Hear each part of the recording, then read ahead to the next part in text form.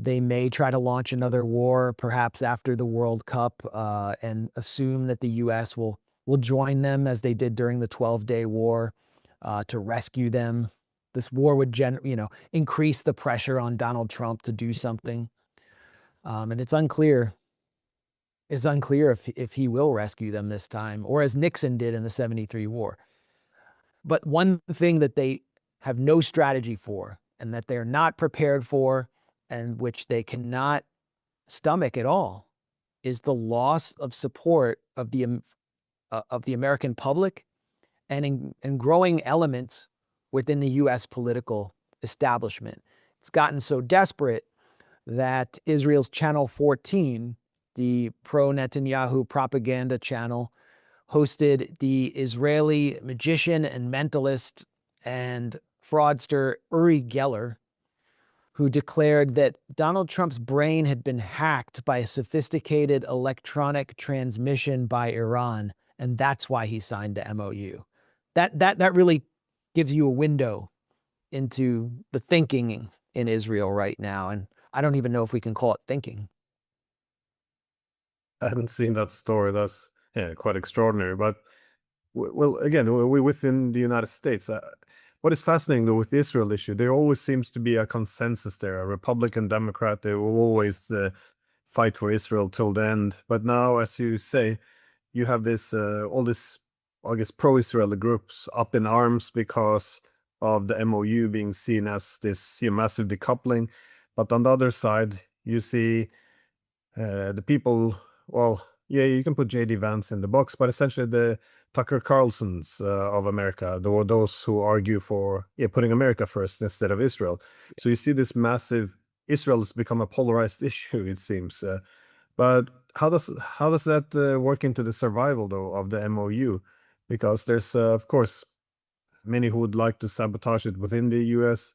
I guess Israel would like to do the same, and I think the Iranians kind of caught up. Well, they know, I think, what Washington's planning to do, which is just drag them along and slowly water it down and Yeah. fail to implement. This looks like what's going to happen, but they show that they were willing to walk away as soon as Trump began to threaten them. So they they seem to be preparing against this.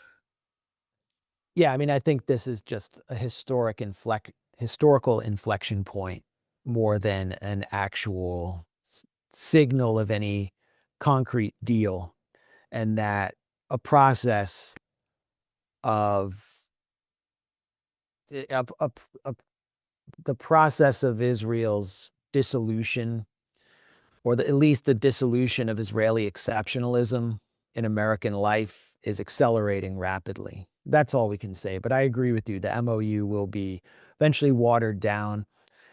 And the key lever for Israel to unravel the MOU is in Lebanon, which is why they're consistently escalating in Lebanon.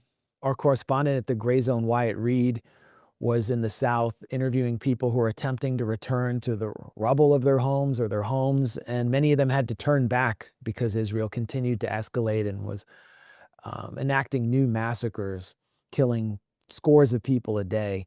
The action around the Ali al-Tahrir Hill, where it's said that Hezbollah has a base and Israel's been unable to reach it with its tank columns. There's a tank that uh, reportedly is still stuck at the base of the hill with a commander inside and 3 other soldiers, has been extremely demoralizing for Israel. It prompted the Twitter X tirade by Itamar Ben-Gvir, the security minister, calling for making thousands of Lebanese mothers weep for every one Israeli mother who weeps, and declaring that all of Lebanon must burn. This really exposed the hideous face of Israel's governing coalition to everyone. And, even the arch-Zionist CNN anchor Jake Tapper felt compelled to condemn this. This is what's being brought out of Israel's uh, demented soul through its failures in Lebanon.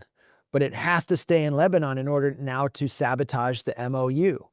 AIPAC, the main arm of the Israel lobby in the U.S., attempted to portray those 4 invading Israeli soldiers who were attempting to attack Hezbollah inside Lebanese territory as victims of a Kristallnacht-like pogrom, declaring that Hezbollah just killed 4 Jews because it enjoys killing Jews.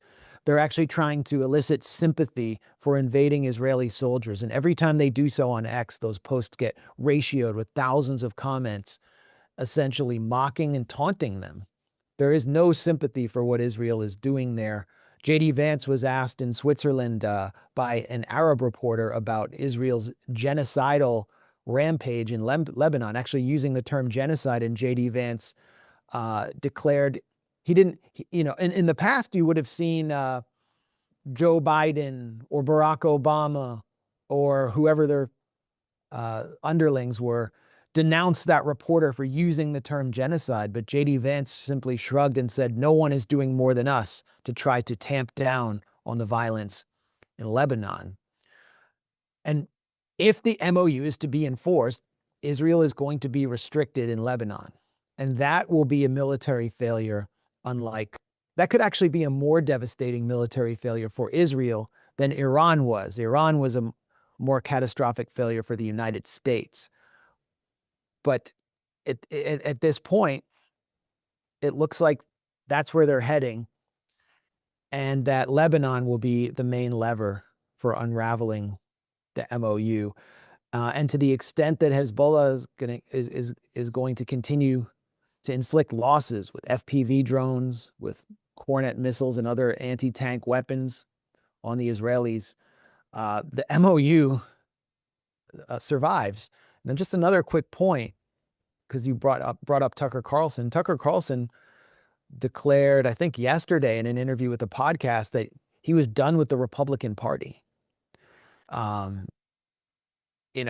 Carlson comes out of the real center of the Republican Party, the mainstream of the Republican Party. He was actually not considered like an extremist or a far-right person or a populist until just a few years ago. His father was a major Republican figure who served as an ambassador in Republican administrations, was close to the Reagan administration. This is like Republican Party elite.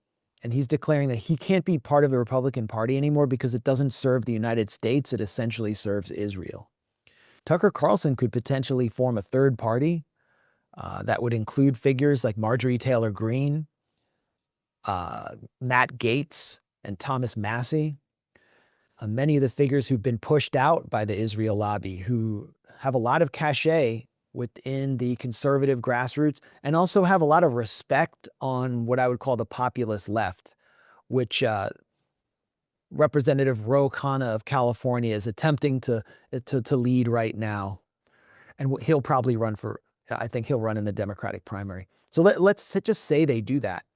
They're going to kneecap the Republican candidate in 2028, unless that candidate is J.D. Vance, who Tucker Carlson has been close to.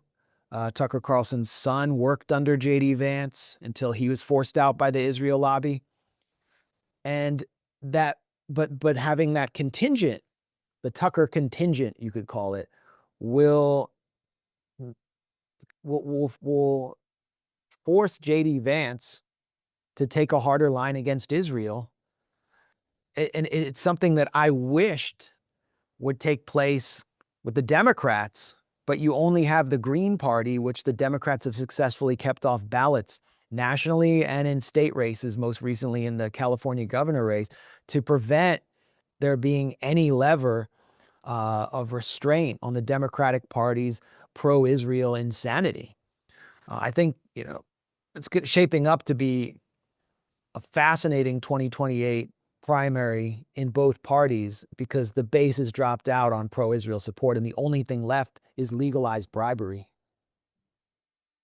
Yeah, I think the third party would do much good, actually, because when you have this polarized two-party system, one would always, well, it's very hard for one side to drop off to the other one. But if there's a third party, it doesn't even have to win. It's enough that it forces the other parties to moderate themselves if they want to hold on to this to this yeah, this electoral base. Just a last quick question though. Given that so much is at stake for Israel, they might lose their unconditional American backing, the whole policy of peace through strength, if you will, that is based on this clean break approach, greater Israel. I mean, all of this seems to be being risked at the moment. What do you think Israel could do in desperation? Do you think an actual use of a nuclear weapon to show its determination would be out of the question? Or I just have a hard time. I don't see them backing down or adjusting to new realities, which then begs the question, what remains for Israel? Yeah, that's a great question, and that's the question on everyone's mind right now because, anyone who's paying close attention to this, who still has their critical faculties, understands that Israel is this and is an anachronistic state. It's a high-tech nuclearized colonial state that exists out of place in history and outside the reality of normal international relations and wants to just unravel international law as a matter of its own survival, has no borders, it refuses to set borders, is perpetually occupying millions of people who actually comprise a majority between the river and the sea. And so this lunatic rogue state,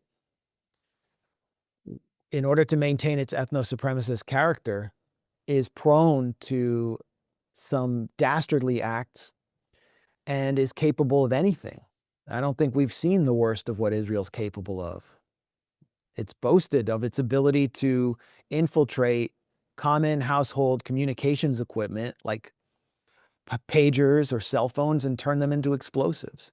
So what will it do when its back is against the wall? Will it engage in assassinations of leadership who are not, members of, non-state resistance groups like Hezbollah or Hamas? Has it already done so? Will it, begin to get violent against members of the media? What is it capable of? I don't want to speculate. I just know that's where so many people's minds are going right now as Israel grows increasingly desperate. And we see, for example, a former IDF Persian language spokesman declare that America needs a new Pearl Harbor to understand what the stakes are.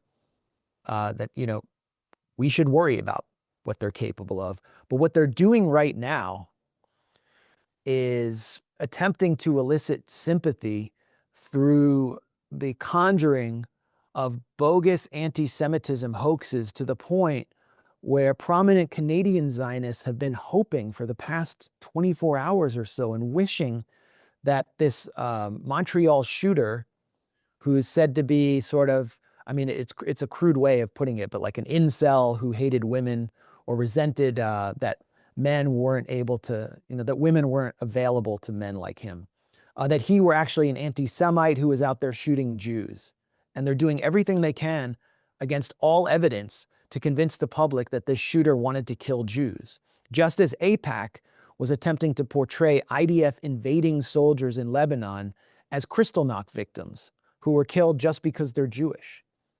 And then you have this whole global phenomenon from Australia to the UK. It's mainly in the Commonwealth states, Australia, the UK, and now Canada, where there are these gun-for-hire anti-Semitism attacks in which mostly youth who are from poorer backgrounds, like mostly like lumpen proletariat types, are being paid in crypto through anonymous online foreign actors to carry out low-level property damage attacks outside Jewish communal sites, as well as like the US consulate in Toronto, and strange Telegram channels are claiming credit for them for these attacks under the name of something called Ashab Yamin al-Islamiyya, or like the right hand of Islam, and claiming that they're part of the Iran-sponsored resistance.